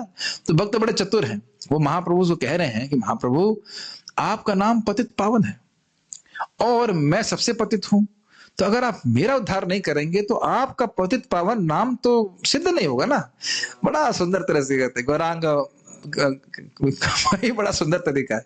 भक्त बड़े बुद्धिमान है, वो कह रहे हैं कि हम तो पतित हैं, लेकिन आपका नाम पतित पावन है, तो इसलिए आप हमको, उसलिए हमारी योग्यता की वजह से नहीं, आपका नाम रह जाए, आपका नाम को लोग माने कि हाँ भाई पतित पावन, इसलिए आप मेरा उद्धार कर दीजिए। तो ये स्पेशल भक्तों की बुद्धि होती है। इस प्रकार से हमें समझना चाहिए। हम कभी भगवान से ये प्रार्थना नहीं करते हैं कि तुम्हारे भक्तों में मुझसे बढ़कर कौन है। ऐसा होता है ना, कुछ है गाने इस प्रकार की कि आपके भक्तों में मुझसे बढ़कर कौन है। ऐसा कभी भगवान के सामने नहीं जाना चाहिए, भगवान से आकर्षित नहीं होते। If we think ourselves as insignificant and feel ourselves as insignificant, then we become significant in the eyes of Krishna. जब हम समझते हैं कि हम पूरी तरह से नगण्य हैं, कुछ नहीं है हम, तब हम भगवान के नजरों में वाकई महत्वपूर्ण होते हैं। और जितना हम सोचते हैं बहुत महत्वपूर्ण है, तो भगवान ध्यान नहीं देते। 15वें श्लोक से कृष्णदास कविराज गोस्वामी सीधे कृष्ण को नमस्कार करना प्रारंभ कर देते हैं। कृष्णदास कविराज वृंदावन के निवासी तथा महान भक्त थे। अब तो उनके जीवन के बारे में पढ़ेंगे। वे अपने परिवार के साथ बंगाल के बर्धमान जिले के एक छोटे से गांव कटवा में रहते थे। वे अपने परिवार वालों के साथ राधा कृष्ण की पूजा करते थे। तो एक बार जब उनके परिवार में भक्ति के विषय में कुछ गलतफहमी हुई, तो नित्यानंद प्रभु ने स्वप्न में कृष्णदास कविराज को उपदेश दिया कि वे घर छोड़कर वृंदावन चले जाएं। यद्यपि वे अत्यधिक वृद्ध थे, किंतु वे उसी रात वृंदावन में निवास करने के लिए चल पड़े। जब वे वहां थे तब वे चैतन्य महाप्रभु के प्रधान शिष्यों कुछ गोस्वामियों से मिले। वृंदावन के भक्तों ने उनसे प्रार्थना की कि वे चैतन्य चरितामृत लिखें। यद्यपि उन्होंने लेखन कार्य वृद्धावस्था में शुरू किया, किंतु श्री चैतन्य की कृपा से वह पूरा हो गया। आज चैतन्य महाप्रभु के दर्शन और जीवन के विषय में यह सर्वाधिक प्रामाणिक ग्रंथ है। और स्पेशली जब आप इसको पढ़ेंगे, जैसे पढ़ते जाएंगे, आप चकित हो जाओगे कि कितना सुंदर, कितनी सटीक और एकदम युक्तिपूर्ण बातें इसमें रखी गई शास्त्र के आधार पे। बहुत सुंदर। जहां कोई बात बोलेंगे तुरंत शास्त्र का कोटेशन, कहां से कोटेशन देते हैं कृष्णदास कविराज गोस्वामी। अद्भुत है। लघु भागवतामृत से, उज्ज्वल नीलमणि से, यहां से वहां, सबका सार यहाँ पे आप प्रस्तुत आपके सामने मिलेगा। बहुत अच्छा ग्रंथ है। अब हमको, मैं सोच रहा हूं आज को पूरा ही कर देते हैं, है ना। जो समय नहीं है, इसमें व्याख्या भी नहीं करना है, खाली पढ़ना होगा।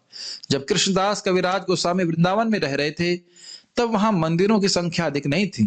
उस समय मदन मोहन, गोविंद जी तथा गोपीनाथ, यही 3 प्रमुख मंदिर थे। वे एक वृंदावन वासी के रूप में इन मंदिरों के अर्चा विग्रहों को नमस्कार करते हैं और भगवान से अनुग्रह करने की प्रार्थना करते हैं। ये सब प्रार्थना संस्कृत में आएंगी। मम मंदिर मतिर गति मत सर्वस्व पदाम बोजाओ राधा मदन मोहनम इत्यादि। उसको हम वहां पे और चर्चा करेंगे, अभी हम खाली पढ़ लेते हैं। चूंकि आध्यात्मिक जीवन में मेरी प्रगति अत्यंत मंद है, अतएव मैं आपसे सहायता की याचना कर रहा हूं। ये मदन मोहन जी से प्रार्थना है। चैतन्य चरितामृत के 15वें श्लोक में कृष्णदास सर्वप्रथम मदन मोहन विग्रह को सादर नमस्कार करते हैं, जो कृष्ण भावनामृत में प्रगति करने में सहायक होते हैं। कृष्ण भावनामृत संपादित करते समय हमारा पहला कर्तव्य होता है कृष्ण को जानना तथा उनके साथ अपने संबंध को जानना। देखिए, एकदम स्पष्ट बात है। जब तक हम समझे नहीं कि हम सही नहीं समझेंगे कि कृष्ण से हमारा क्या संबंध है, हम कृष्ण की सेवा ठीक से नहीं कर पाएंगे, करेंगे ही नहीं। जब यही नहीं मालूम है कि मेरे स्वामी है, तो सेवा करेंगे ही क्यों। ठीक से तो बात ही छोड़ दीजिए। कृष्ण को जानना, स्वयं को जानना और स्वयं और अपने स्वयं के साथ कृष्ण के अपने संबंध को जानना है। ये सब बातें संबंध में आता है। क्योंकि यह संबंध मदन मोहन विग्रह की पूजा करके सीखा जा सकता है, अतएव कृष्णदास कविराज गोस्वामी सर्वप्रथम उनसे अपना संबंध स्थापित करते हैं। तो अभी जानते ही हो शायद बात कि संबंध, अभिधेय और प्रयोजन वेदों का विषय है। तो संबंध तत्व के जो विग्रह हैं वह मदन मोहन जी, ये बात हम बोल रहे हैं। जब यह संबंध स्थापित हो जाता है कि कृष्ण मेरे स्वामी हैं, तो 16वें श्लोक में कृष्णदास अभिधेय विग्रह गोविंद को अपनी प्रणति निवेदन करते हैं। गोविंद विग्रह को अभिधेय विग्रह कहा जाता है क्योंकि वे हमें दिखाते हैं कि राधा और कृष्ण की सेवा कैसे की जाए। मदन मोहन विग्रह केवल यह स्थापित करते हैं कि मैं आपका सनातन सेवक हूं, संबंध बता दिया गया। किंतु गोविंद के साथ सेवा की वास्तविक स्वीकृति दिखती है। गोविंद वृंदावन में नित्य निवास करते हैं। वृंदावन के आध्यात्मिक जगत में पहले चिंतामणि के बने होते हैं, महल होना चाहिए। वृंदावन में के आध्यात्मिक जगत में महल चिंतामणि के बने होते हैं। गायें प्रचुर दूध देने वाली होती हैं, जिन्हें सुरभि कहा जाता है, और वहां के वृक्ष कल्प वृक्ष कहलाते हैं, क्योंकि व्यक्ति जो भी कामना करता है वे उसे पूर्ण करता है। ये सब आपको बातें ब्रह्म संहिता से प्राप्त हो जाएंगी। चिंतामणि प्रकर सद्म सुकल्प वृक्ष लक्षावृतेषु सुरभिरभिपालयन्तम, यही बात बोल रहे हैं। वृंदावन में कृष्ण सुरभि गांवों को चराते हैं और वहां की हजारों लाखों गोपियां उनकी पूजा करती हैं, जो सब लक्ष्मियां होती, सक्ष्मियां नहीं होती, मिस्टेक है यहाँ पे। जब कृष्ण भौतिक जगत में अवतरित होते हैं, तब यही वृंदावन उनके साथ अवतरित होता है। जिस तरह किसी विख्यात व्यक्ति के साथ उसका दल चलता है। अद्भुत बात है। जिस वृंदावन हम यहाँ बैठे हैं, ये वही स्थान है जो गोलोक है। हमको समझ में तब आएगा जब हम आध्यात्मिक रूप से प्रगति करेंगे।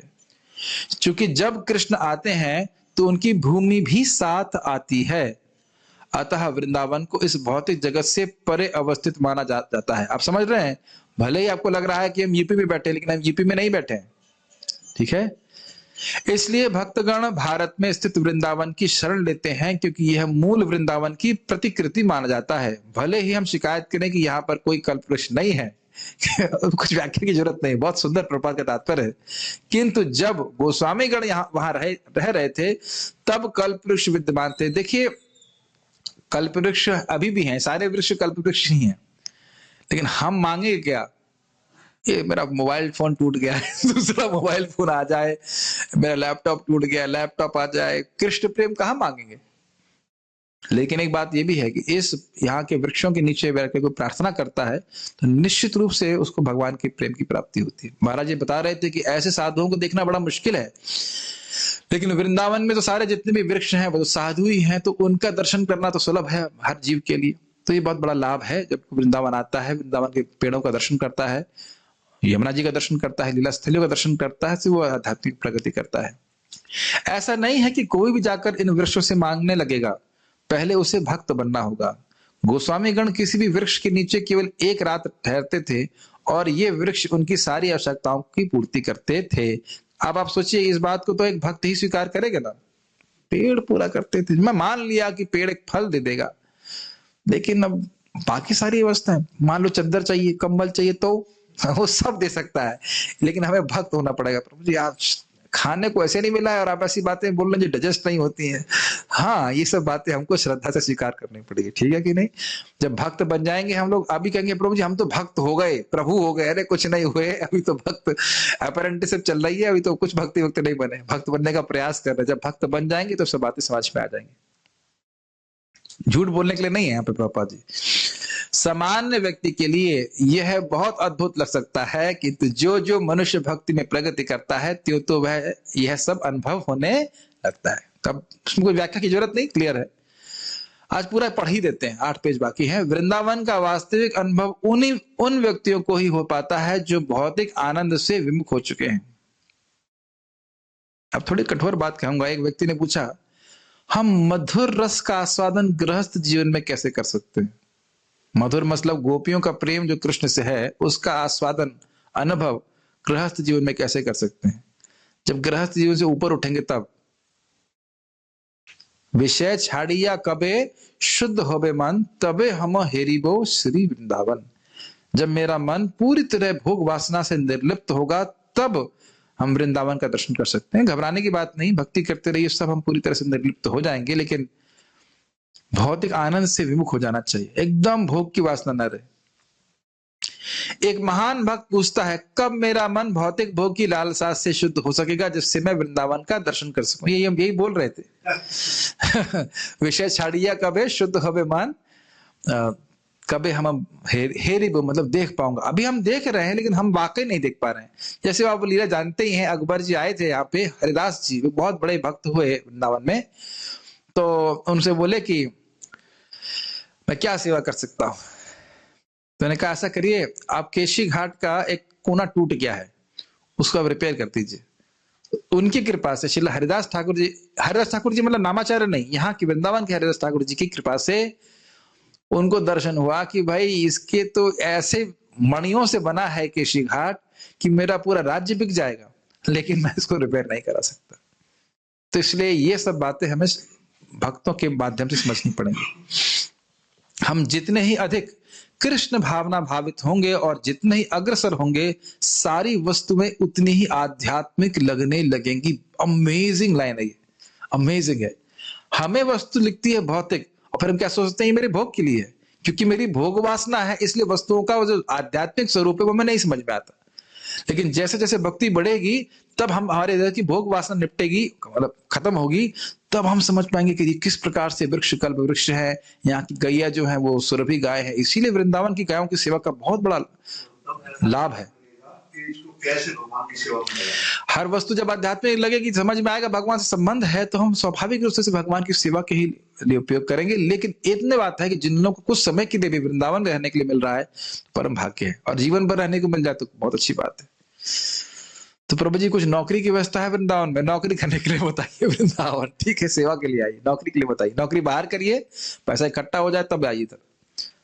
यहाँ जब आए तो निस्वार्थ सेवा के लिए आइए। इस प्रकार कृष्णदास कविराज गोस्वामी ने भारत के वृंदावन को आध्यात्मिक आकाश में स्थित वृंदावन जैसा ही माना, और चैतन्य चरितामृत के 16वें श्लोक में वे राधा रानी तथा कृष्ण को वृंदावन में एक कल्प वृक्ष के नीचे रत्न जटित सिंहासन पर आसीन बतलाते हैं। ये गोपीनाथ प्रयोजन तत्व है के विग्रह है। वहां कृष्ण की प्रिय गोपियां राधा तथा कृष्ण की सेवा गाकर, नाचकर, तांबूल तथा जलपान देकर और उन्हें फूल में सजाकर करती हैं।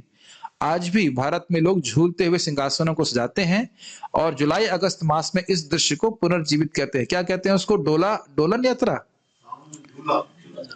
झूलन यात्रा, सॉरी, हाँ, झूलन यात्रा करते हैं।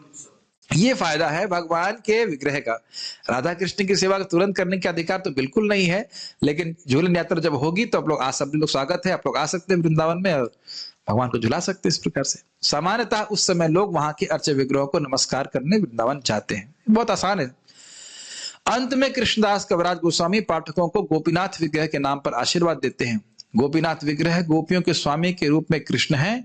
कृष्ण सारी गोपियों को अपनी वंशी की ध्वनि से आकृष्ट करते हैं, और जब गोपियां अपने घर के सारे काम काज छोड़कर आ जाती हैं तब कृष्ण उनके साथ नृत्य करते थे।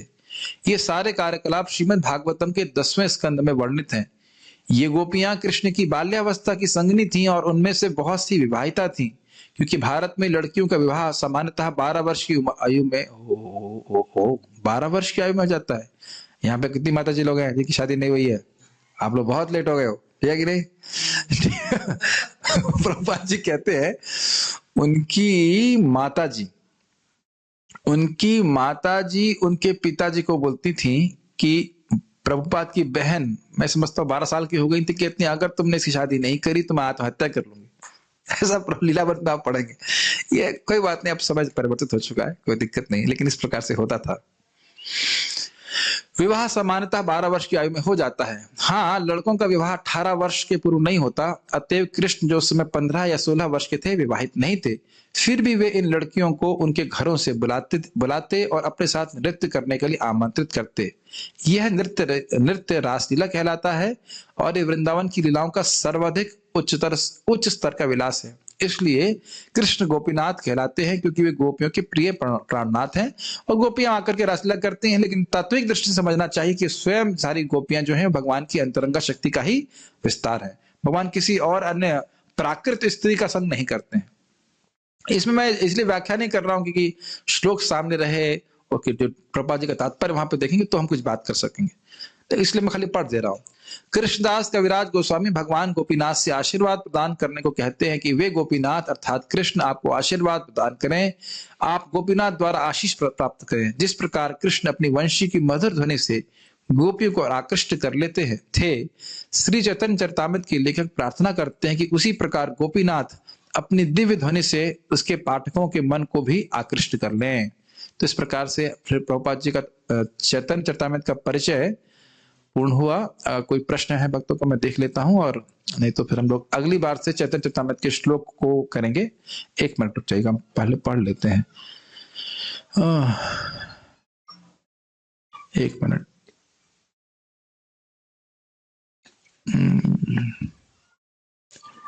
क्या प्रभु जी भगवान के लोक में खाने के लिए प्रसादम मिलता है? हाँ, वहां भोग नहीं मिलता, ये बड़ी दिक्कत है, केवल प्रसादम मिलता है। ठीक है प्रभु जी, क्या इसका अर्थ है मदन मोहन जी के चित्त की पूजा ध्यान आदि किया जाए तो उनसे हमारा संबंध है, ऐसी भावना हमारे हृदय में आ जाएगी? देखिए, अलग से कुछ करने की आवश्यकता नहीं है। अब भगवान कृष्ण बलराम है, गौर निताई राधा श्याम सुंदर है। अगर आप इस्कॉन वृंदावन से अपने आप को कनेक्टेड मानते हैं तो उनका ही स्मरण कर लेना चाहिए। उन्हीं विग्रहों में मदन मोहन को देख सकते हैं, उन्हीं विग्रह में गोविंद को देख सकते हैं, उन्हीं विग्रह में आप राधा गोपीनाथ को देख सकते हैं, इसमें कोई दिक्कत नहीं। और अगर आप मदन मोहन के प्रति आ सकते हैं तो मदन मोहन से भी विग्रह भगवान का रख सकते हैं। भगवान कृष्ण का कोई भी विग्रह जिसमें आपके आ सकती है उनको अपने घर में रख सकते हैं। हमारे इस्कॉन गौशाला में कितनी है? 5 करोड़ नहीं 300 गाय है।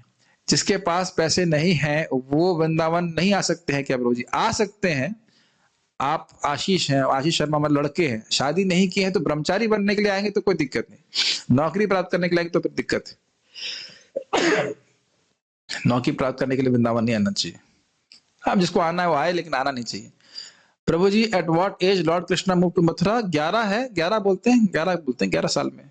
कहीं 11 बोलता है, कहीं 14 लिखा रहता है। उसके बारे में हमको कृष्ण भगवान देखना पड़ेगा, तभी बता पाएंगे।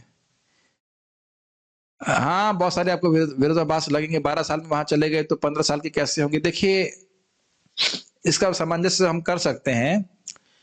भगवान कृष्ण भले ही 11 साल के थे, लेकिन लगते थे 16 साल के। समझ रहे हैं मेरी बात? जैसे जब कृष्ण गोपाष्टमी होती है तो 5 साल के नहीं थे, लेकिन वो 5 साल से कम थे, लेकिन देखने में 5 साल जैसे लगते थे। तो इसलिए इस प्रकार से सामंजस्य बैठा लेना चाहिए। ठीक है, तो और कोई प्रश्न किसी भक्त का है यहाँ पे? नहीं, आप लोगों का कोई प्रश्न? ठीक है, तो आप लोगों को बहुत बहुत धन्यवाद। आप लोगों ने चैतन्य चरितामृत को डिस्कस या श्रवण करने के लिए इतना समय दिया। हम लोग अगले शनिवार से फिर श्लोकों को पढ़ने का प्रयास करेंगे डिटेल में। श्रील प्रभुपाद की जय, श्रीमन चैतन्य महाप्रभु की जय, निताय गौर प्रेमानंदे।